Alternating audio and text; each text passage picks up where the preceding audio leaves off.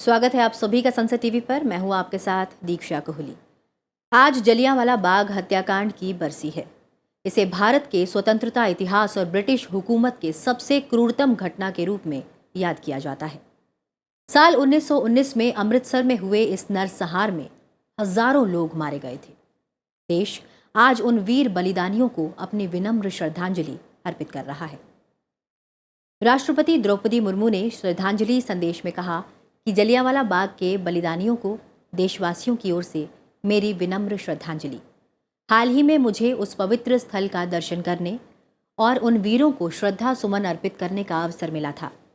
अपना सर्वस्व न्योछावर करने वाले उन स्वाधीनता सेनानियों के प्रति भारतवासी सदैव कृतज्ञ रहेंगे।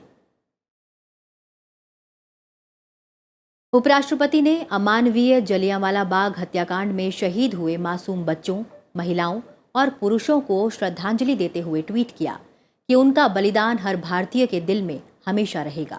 मातृभूमि की स्वतंत्रता के लिए अपने प्राणों की आहुति देने वाले जलियांवाला बाग के वीरों का भारत सदैव ऋणी रहेगा। प्रधानमंत्री नरेंद्र मोदी ने जलियांवाला बाग में आज के दिन शहीद हुए सभी लोगों के बलिदान को याद किया।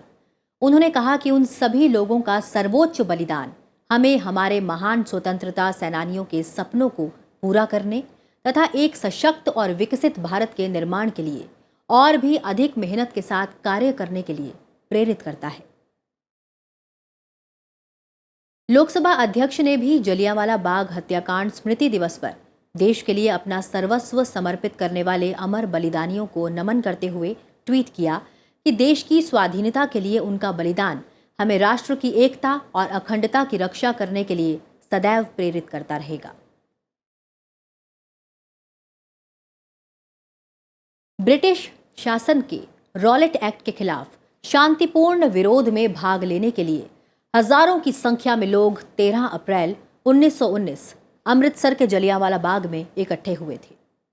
जनरल रेजिनाल्ड डायर और उसके सैनिकों ने जलियांवाला बाग में प्रवेश किया और बिना किसी चेतावनी के निहत्ती भीड़ पर गोली चलाने का आदेश दे दिया, जिसमें हजारों लोग मारे गए।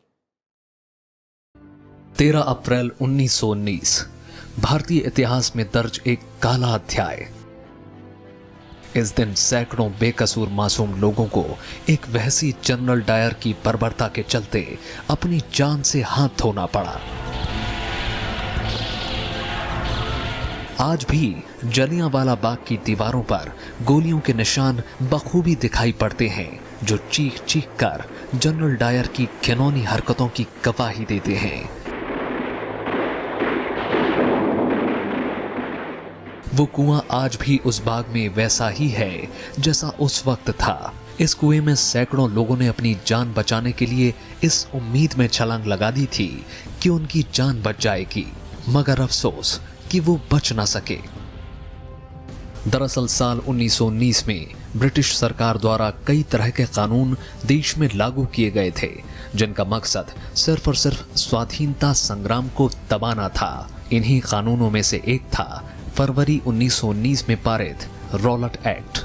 दरअसल अंग्रेज आजादी के आंदोलन और क्रांतिकारी गतिविधियों को दबाने के नाम पर भारतीयों के मौलिक अधिकारों को खत्म करना चाहते थे। इसके लिए जस्टिस रॉलेट की अध्यक्षता में एक कमेटी ने, जिसे रॉलेट बिल के नाम से जाना जाता है, ये दोनों विधेयक 6 फरवरी और 18 मार्च 1919 के बीच तमाम भारतीय सदस्यों के विरोध के बावजूद इंपीरियल लेजिस्लेटिव काउंसिल में पारित कर दिया गया।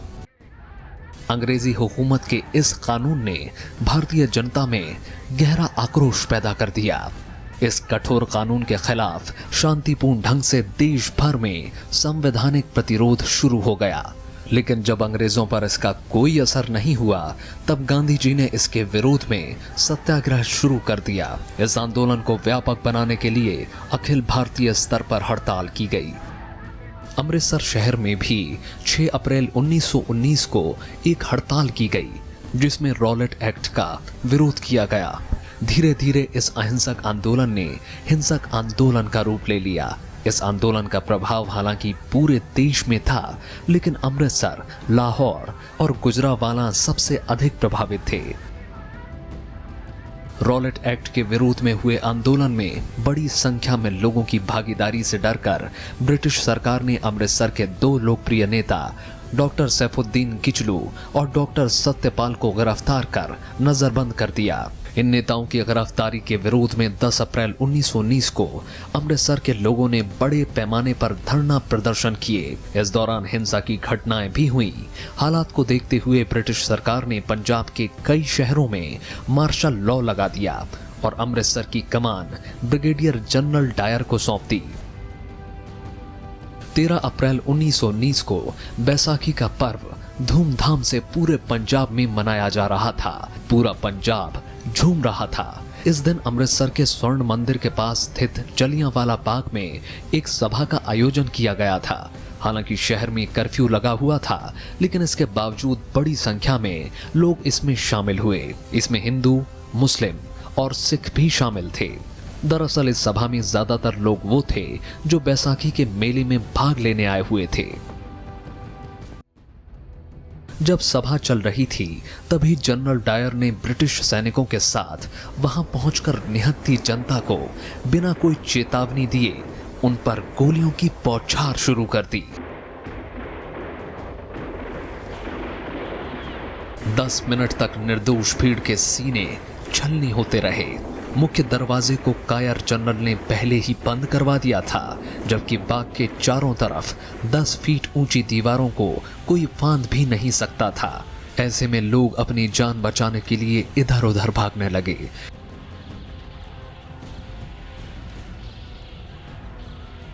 इस बाग में बने एक कुएं में सैकड़ों लोग कूद गए। गोलियां थमने का नाम नहीं ले रही थी और कुछ समय में ही इस बाग की जमीन का रंग निर्दोष जनता के खून से लाल हो गया। जलियांवाला बाग में बूढ़ों, महिलाओं और बच्चों समेत सैकड़ों लोगों की लाशों का ढेर लग गया। सरकारी आंकड़ों के मुताबिक 379 लोगों की मौत हुई, जबकि हकीकत में मरने वालों की संख्या इससे कई गुना ज्यादा थी। हजारों लोग घायल हुए। इस जघन्य घटना से पूरा देश स्तब्ध रह गया। इसके विरोध में गुरुदेव रविंद्रनाथ टैगोर ने अपनी नाइटहुड की उपाधि लौटा दी। नेताजी सुभाष चंद्र बोस के पिता जानकी नाथ बोस ने अंग्रेजों द्वारा दी गई राय चौधरी की उपाधि त्याग दी। हालांकि जहां इस क्रूर घटना की निंदा देश और दुनिया भर में हुई, वहीं तत्कालीन ब्रिटिश सरकार ने इस घटना के मुख्य आरोपी जनरल डायर को सही ठहराया। जलियांवाला बाग नरसंहार के बाद पूरे भारत में आक्रोश फैल गया और ब्रिटिश शासन के खिलाफ विरोध प्रदर्शन शुरू हुआ। इस नरसंहार की दुनिया भर में आलोचना हुई। दबाव में आकर जांच के लिए हंटर कमीशन बनाया गया। कमीशन की रिपोर्ट आने के बाद जनरल डायर का डिमोशन कर दिया गया।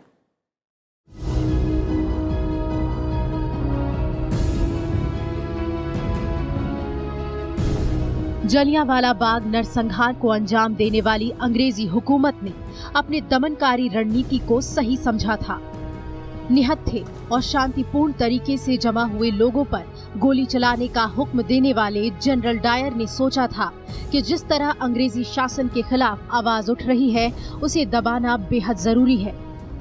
लेकिन जलियांवाला बाग की घटना से भारतीय झुकने और दबने के बजाय और उग्र, एकजुट और दृढ़ हो गए। पूरे भारत में जंगल की आग की तरह इस निर्मम हत्याकांड की कहानी फैली। युवाओं का खून खौल उठा। इस घटना के बाद दुनिया भर में ब्रिटेन की निंदा होने लगी। पंजाब में मार्शल लॉ लगा दी गई ताकि अखबार इस घटना के बारे में ज्यादा ना लिखे। फिर भी अखबार द ट्रिब्यून और प्रताप के संपादकों की गिरफ्तारी का गांधी जी ने विरोध किया। ब्रिटिश शासन दबाव में आ गई और थू-थू से बचने के लिए फौरन secretary of state Edwin Montagu ने 1919 के अंत में इसकी जांच के लिए हंटर कमीशन नियुक्त किया। कमीशन के सामने ब्रिगेडियर जनरल रेजिनॉल्ड डायर ने स्वीकार किया कि वो गोली चलाकर लोगों को मार देने का निर्णय पहले से ही लेकर वहां गया था और वो लोगों पर गोलियां चलाने के लिए 2 तोपें भी ले गया था, जो कि उस सकरे रास्ते से अंदर नहीं जा पाई थी। हंटर कमीशन की रिपोर्ट आने पर 1920 में ब्रिगेडियर जनरल रेजिनॉल्ड डायर को सजा के तौर पर पद से नीचे कर कर्नल बना दिया गया और सभी जिम्मेदारियों से मुक्त कर दिया गया। भारत में पोस्ट न देने का निर्णय करते हुए हंटर कमीशन ने उसे स्वास्थ्य कारणों से ब्रिटेन वापस भेज दिया। डायर पर कार्रवाई के बाद भी भारत में विरोध प्रदर्शन थमने का नाम नहीं ले रहे थे। यहाँ के अखबार लगातार अंग्रेजी सरकार की दोहरी नीति और अन्याय की मजम्मत करने में जुटे थे। हाउस ऑफ कॉमन्स ने एक निंदा प्रस्ताव पारित किया, लेकिन हाउस ऑफ लॉर्ड ने इस हत्याकांड की उल्टा प्रशंसा करते हुए प्रशस्ति प्रस्ताव पारित कर दिया।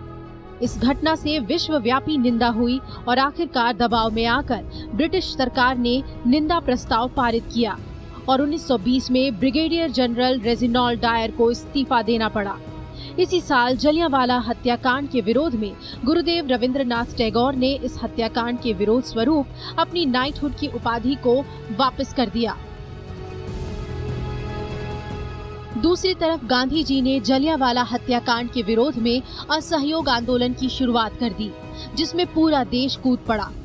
जलियांवाला बाग नरसंहार के बाद गांधी जी ने अनुभव किया कि ब्रिटिश हाथों से न्याय मिलने की कोई संभावना नहीं है, इसलिए उन्होंने ब्रिटिश सरकार से राष्ट्र के सहयोग को वापस लेने की योजना बनाई और इस प्रकार असहयोग आंदोलन की शुरुआत हुई। सितंबर 1920 से फरवरी 1922 के बीच महात्मा गांधी और भारतीय राष्ट्रीय कांग्रेस के नेतृत्व में असहयोग आंदोलन चलाया गया, जिसने भारतीय स्वतंत्रता आंदोलन को एक नई जागृति दी। देश में प्रशासनिक व्यवस्था पर प्रभाव पड़ा। अंग्रेजी पदाधिकारी हिल गए और उनके लिए भारत में काम करना मुश्किल होने लगा। एक तरफ नरम दल अंग्रेजों के खिलाफ अपनी रणनीति पर आगे बढ़ रहा था, तो दूसरी तरफ गरम दल तैयार हो रहा था। इस हत्याकांड ने तब 12 साल के भगत सिंह की सोच पर गहरा प्रभाव डाला था। इसकी सूचना मिलते ही भगत सिंह अपने स्कूल से 12 मील पैदल चलकर जलियांवाला बाग पहुंच गए थे। बाद में क्रांतिकारी दल के साथ भगत सिंह, सुखदेव, राजगुरु और चंद्रशेखर आजाद ने अंग्रेजों के दांत खट्टे कर दिए थे। जलियांवाला बाग में शहीद हुए लोगों ने देश को एक मकसद दे दिया था। इस घटना ने पूरे देश को एक सूत्र में बांध दिया था, जिसने अंग्रेजों से देश को आजादी दिलाने की ठान ली थी। बाग नरसंहार में शहीद हुए वीर बलिदानियों को संसद टीवी भी नमन करता है।